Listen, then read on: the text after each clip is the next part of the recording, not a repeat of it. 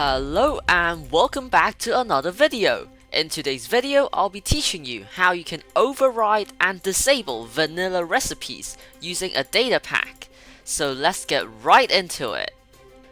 So before you leave the game, it is important to know that because you're overriding an existing Minecraft recipe, you need to have the exact same name as the way Minecraft named your recipe.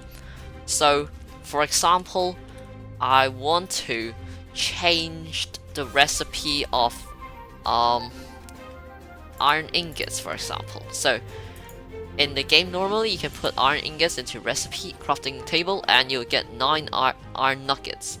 So for whatever reason you want to change that, and let's say I want to change it to only 8 iron nuggets. So the way you find it is that you type /recipe. You just give or take, it doesn't really matter, give yourself. And now you want to find the exact naming of your item. So you can see here, for example, we can have like andesite slab from andesite stone cutting. Like the way Minecraft named it is very specific, and you must make sure you have the exact same name. So if I just scroll down here, iron nugget. So I believe iron nugget is the recipe we want. So this one is actually quite simple, it's just iron nuggets.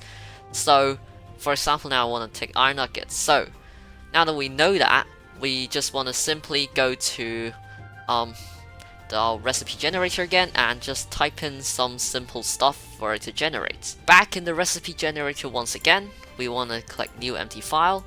This time we know that iron nugget is a shapeless crafting recipe, so we just do that. In here we have ingredients here.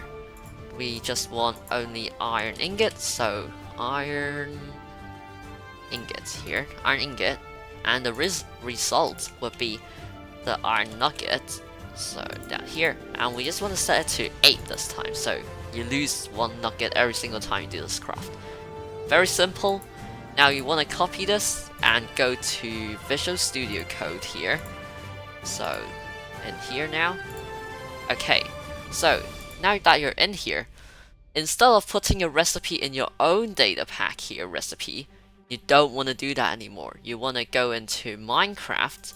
Now right click Minecraft and you put recipe in here. After you have to do that, you want to put in the recipe now.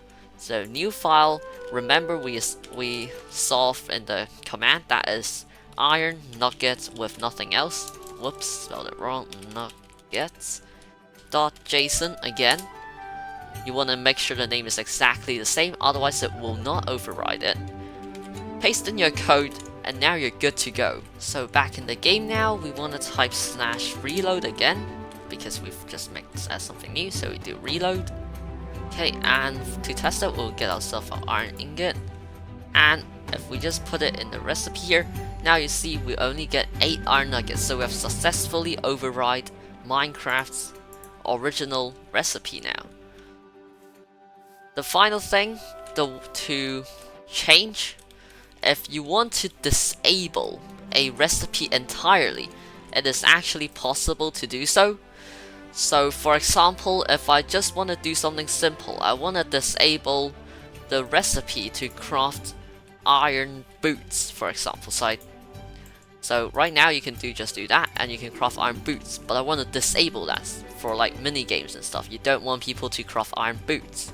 So the way you do this is that if you just go back into your code, inside our code here now, the recipe is called iron boots, for example. So I'm just going to copy the bundled arrow recipe here. I'm gonna change the name to iron boots, and then for the recipe here we only need 2 column, and in here it's just iron. Now for any space you just put space to separate it out, so iron space iron, and we only have 1 key here which is iron, so we do I, and then iron ingots. And then to disable the recipe, so after you put in all the key information, when you go into the results, you want to set the count to just 1, and then the ID is air. If you put air inside, it will basically craft nothing, so you can't craft it. So to show it, I'll go back into the game now and we'll see if I have successfully disabled the recipe. Once again, we just do /reload, and now we should see that the Iron Boot recipe is disabled. This is the air, you can't click it, and that's how you get disable any recipe inside the game.